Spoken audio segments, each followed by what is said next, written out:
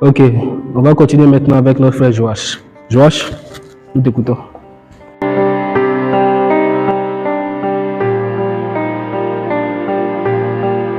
Merci Berger pour cette parole que vous me donnez en ce jour. Merci également à tous ces intervenants qui ont eu à raconter leurs différentes histoires. Berger, aujourd'hui, je suis devant vous pour vous parler un peu de mon souci personnel. C'est-à-dire, j'ai des difficultés à entretenir une relation amoureuse.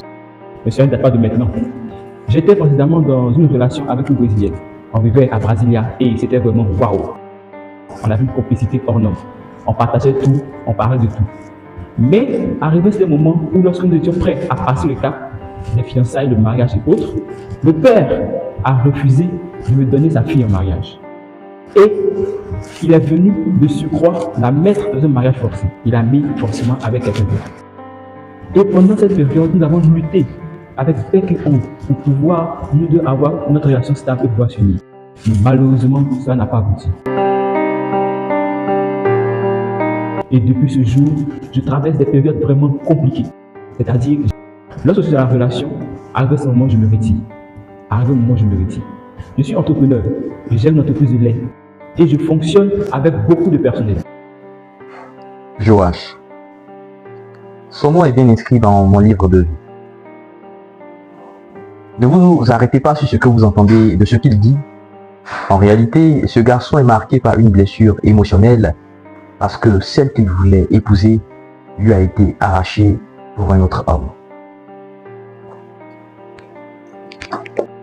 Je fonctionne avec beaucoup de personnel, des femmes de qualité, d'exception. Mais malheureusement, je ne ressens vraiment rien pour ces personnes. Et c'est un jour, lorsque j'étais dans ma communauté, j'ai entendu parler de la maison de l'écoute.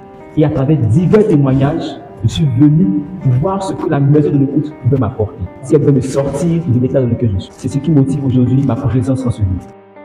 Merci beaucoup, Berger, pour ces paroles. D'accord, frère. Vous savez, la vie est faite de hauts et de bas. Il faut après tourner la page et passer à autre chose. Effectivement, vous avez totalement raison. Mais tourner la page, est-ce facile pour tout le monde?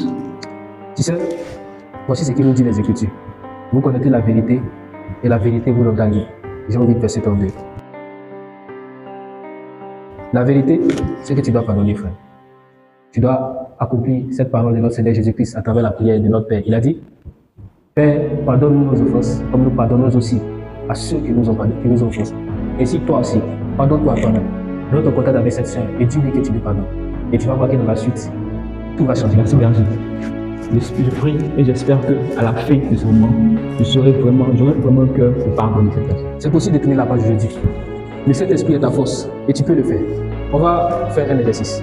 Tu vas expirer pour voir la force de pardonner et relâcher tous les mauvaises ondes.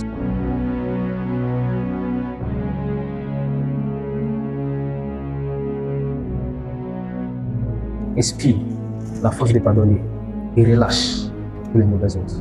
Le Saint-Esprit te fortifie. Amen. Merci beaucoup, Berger.